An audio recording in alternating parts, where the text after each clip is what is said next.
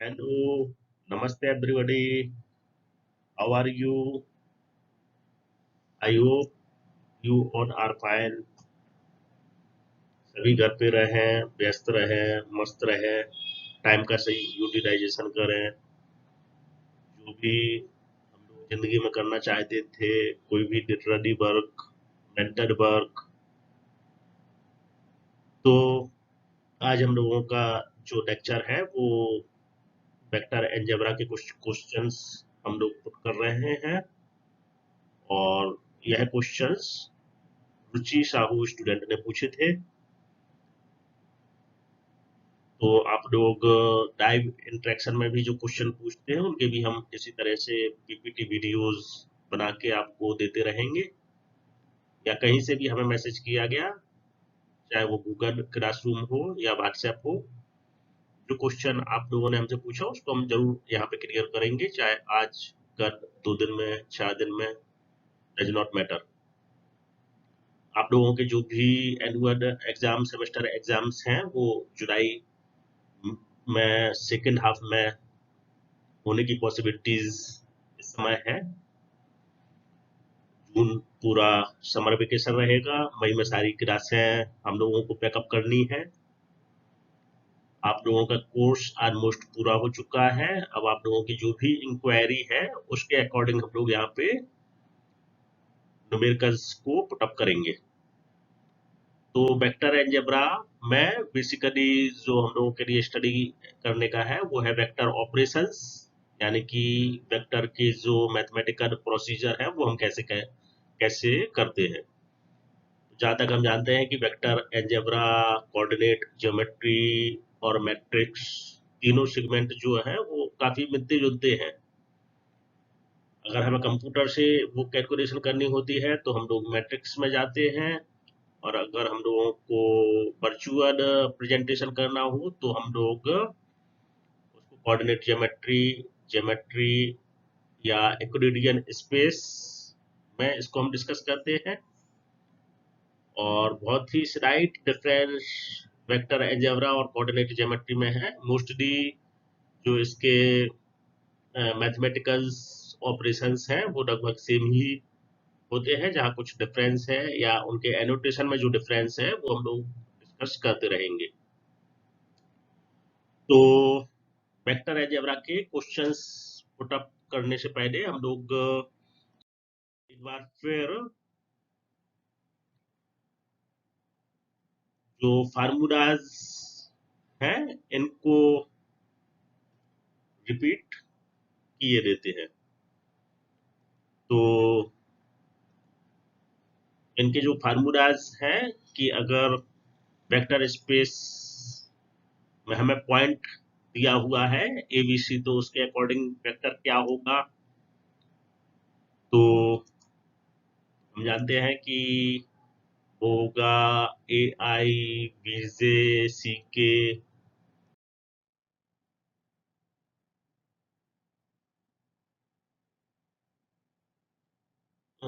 I hope कि पिछली slide आप लोगों ने नोट की होगी।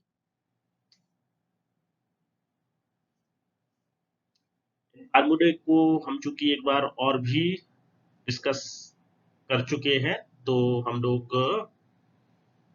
स्लाइड को हमने थोड़ा तेजी से आगे बढ़ा दिया। पीछे जाके आप उसको पॉज करके उन फार्मूलों को एक बार देख लें। और इसके बाद जो हमारा बेसिक क्वेश्चंस है, इसको मैं, चूंकि हमारा जो बीए ऑनर्स का कोर्स है हिंदी और इंग्लिश दोनों स्ट्रीम्स के स्टूडेंट इसमें हैं, तो इसको हम हिंदी में डिक्टेट किए दे रहे हैं। दो वेक्टर हम लोगों को दिए हुए हैं, वेक्टर पी जो कि है 2i-j+2k। यहाँ पे हम देखते हैं कि i, j और k के ऊपर कैप जैसा बना हुआ है। आई जे के ऊपर जो पॉइंट रखे जाते हैं उसकी जगह कैप, या कैप को अलग से ही कैसे भी मान लो, तो cap note denoted unit vector.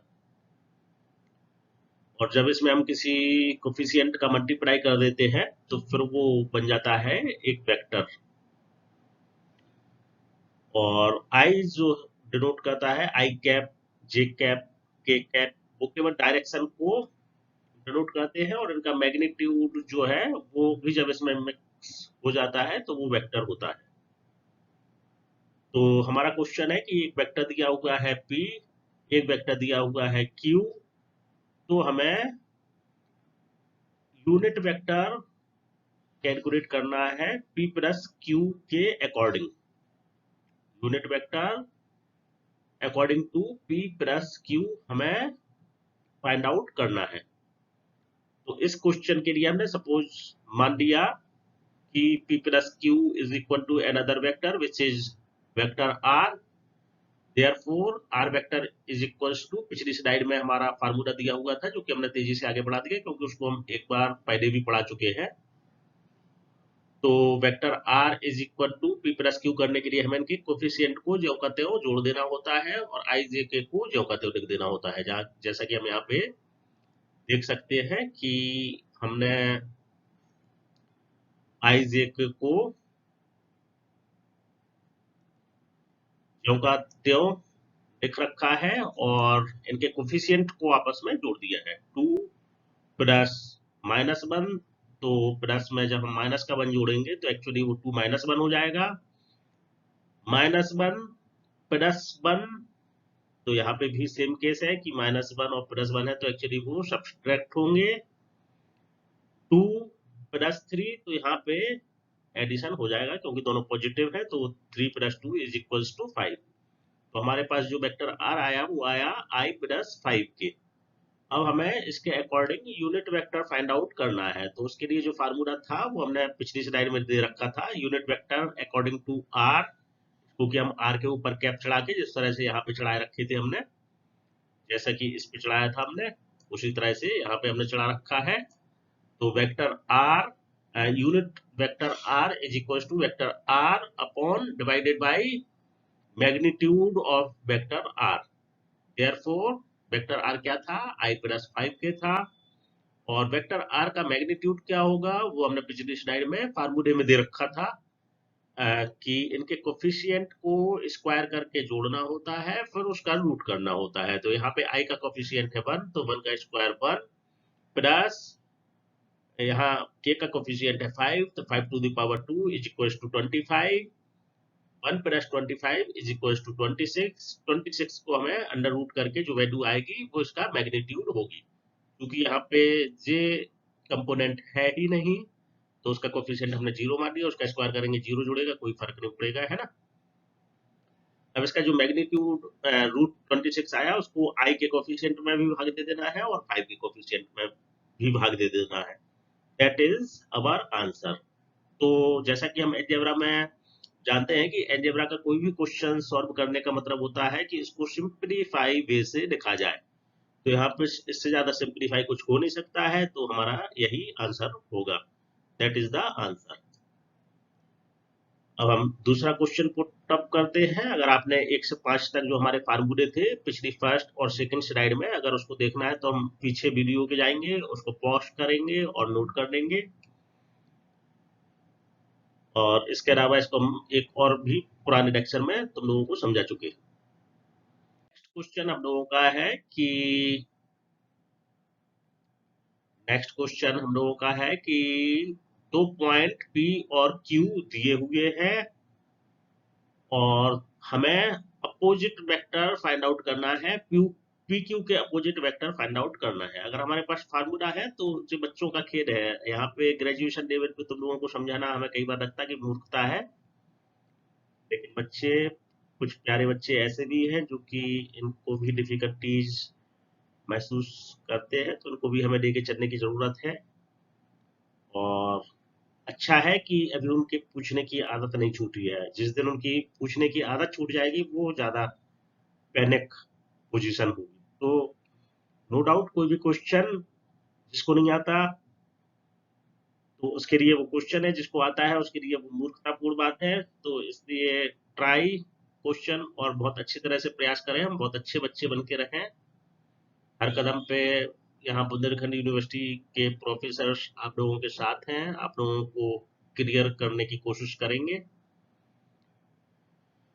तो कोई अगर हमें पॉइंट दिए होते हैं तो उससे वेक्टर कैसे बनाते हैं हम पहले बता चुके, पिछले क्वेश्चन में भी फार्मूले में भी हम देख सकते हैं। यहाँ पे हमें लिख देना है 1i plus 3j plus 2k, और यहाँ पे हमें लिख देना है -1i plus 0j plus 8k। तो 0j तो कैंसिल ही हो जाएगा, तो बचेगा -i प्लस 8k, और 1 लिखा रहने देना चाहते हम तो वो भी लिखा रहने दें।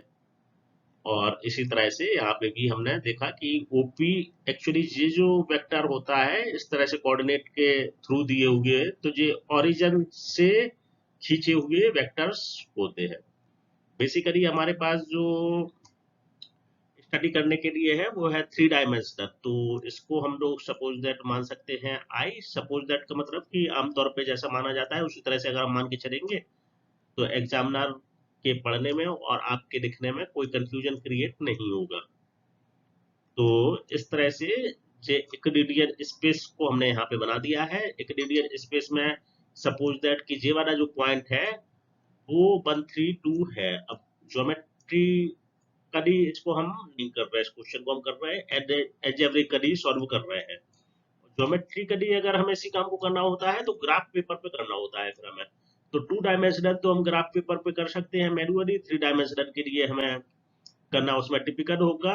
तो इसको हम ज्योमेट्री से ना समझ के एल्जेब्रिक के थ्रू ही सॉल्व कर पाते हैं, और कंप्यूटर स्मार्ट कंप्यूटिंग को अगर हम जोड़ देते हैं तो सारे काम कर पाते हैं। तो आप लोगों को अभी पीजी भी करेंगे, अभी आप यूजी में हैं, धीरे धीरे सारी चीजें सीख जाएंगे, और जब बातें सीख जाते हैं तो सारी चीजें बहुत ही इजी हो जाती है।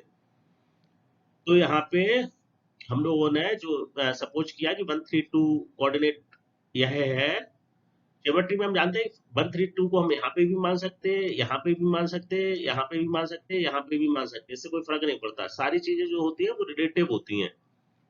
हमने आई पे क्या पैरामीटर दिया, जे पे क्या पैरामीटर दिया, के पे क्या पैरामीटर दिया, उससे डिपेंड होता है ये बिंदु। लेकिन एक बार अगर हमने बिंदु दे दिया 132 जे मान लिया हमने, तो -108 इसी के रिलेटिव सही होना चाहिए, है ना। ऐसा नहीं कि इसको हमने कोई भी मान लिया तो -108 को भी हम कोई भी पॉइंट मान सकते हैं। -1 अगर हमने 1 को यहाँ पे माना है तो 1 अगर यहाँ पे है तो -1 को इतनी ही दूर -i पे होना होगा।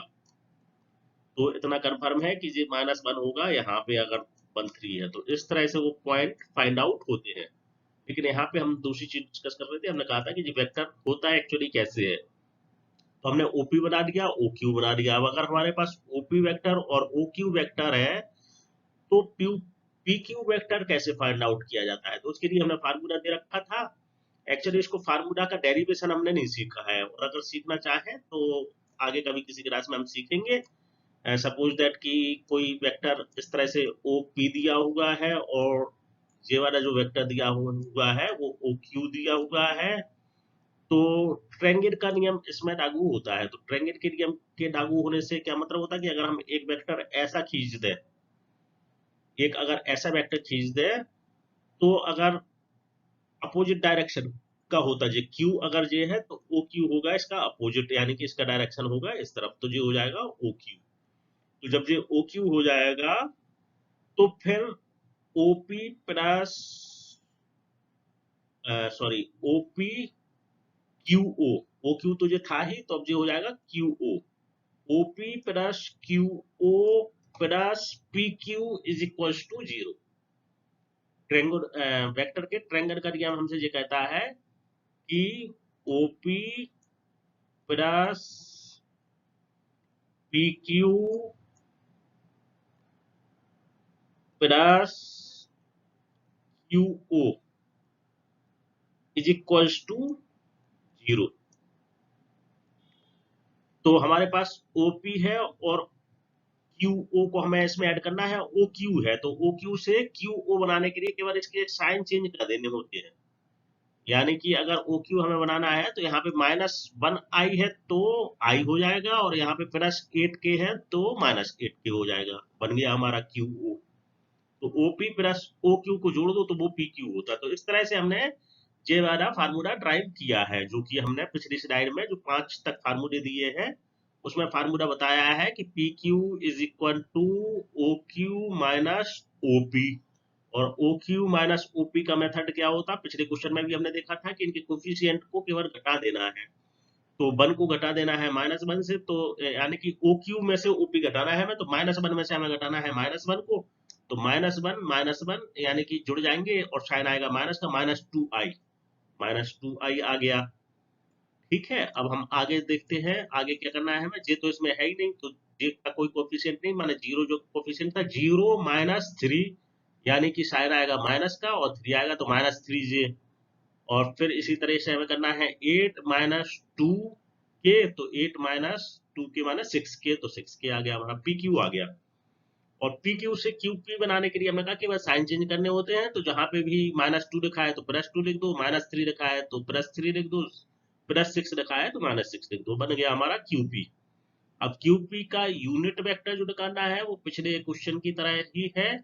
QP is equal to 2i + 3j - 6k divided by magnitude of QP. और मैग्नीट्यूड ऑफ क्यूपी निकालने का वही प्रोसीजर है कि 2 का स्क्वायर कर दो, 3 का स्क्वायर कर दो, -6 का स्क्वायर करो, चाहे फिर +6 का स्क्वायर करो, वही बात होती है। तो 2 का स्क्वायर +3 का स्क्वायर +6 का स्क्वायर, दैट इज जो भी यहाँ पे आया हो, वो आया है 11, वो आया है 7। 36 + 9 + 4, 36 + 4 हो गया 40, और 40 + 9 हो गया 49, और 49 का अंडर रूट हो गया 7, 7 × 7 = 49। देयरफॉर इसका आंसर नीचे आया 7, तो हम 7 को इसमें पूरे वेक्टर में डिवाइड कर देंगे। अब हमें इसके इस वेक्टर के अकॉर्डिंग 11 मैग्नीट्यूड का वेक्टर फाइंड आउट करना था, यानी कि इसकी दिशा में ऐसा वेक्टर पता करना था जिसका कि मैग्नीट्यूड हो 11। तो जब यूनिट वेक्टर हमें पता चल गया तो इसमें 11 का मल्टीप्लाई कर दो, हमारा आंसर आ गया। बहुत ही चीजें इजी है, बहुत ही छोटे बच्चों जैसी चीजें हैं जी। तो 11 QP is equal to 11 × 2 upon 7, 11 × 3 upon 7, 11 × 6 upon 7, और जो इनके साइन पहले जैसे थे वैसे ही इसके बने रहे, दैट इज द आंसर। तो इस तरह से हमारा ये दूसरा क्वेश्चन कंप्लीट हुआ। तीसरे क्वेश्चन पे जाने के लिए हम लोगों ने, तीसरे क्वेश्चन में हमारा है, इसको भी हम हिंदी में डिक्टेट कर दें। इफ पॉइंट फरा फरा फरा फरा फरा फरा फरा फरा दिया हुआ है, आर लीनियर इन इक्विडियन, सॉरी, अब इसको हिंदी में हमें डिक्टेट करना था, तो हमें 3 पॉइंट दिए हुए हैं, -1 -1 2 2m5 और 3 11 6, और लीनियर है, यानी एक लाइन में है, ये तीनों वेक्टर एक लाइन में हैं। अगर अगर एक लाइन में है तो हमें इनकी find the value of M, तो हमें एम की वैल्यू को इसमें फाइंड आउट, सॉरी, तो हमें इसमें एम की वैल्यू को फाइंड आउट करना है।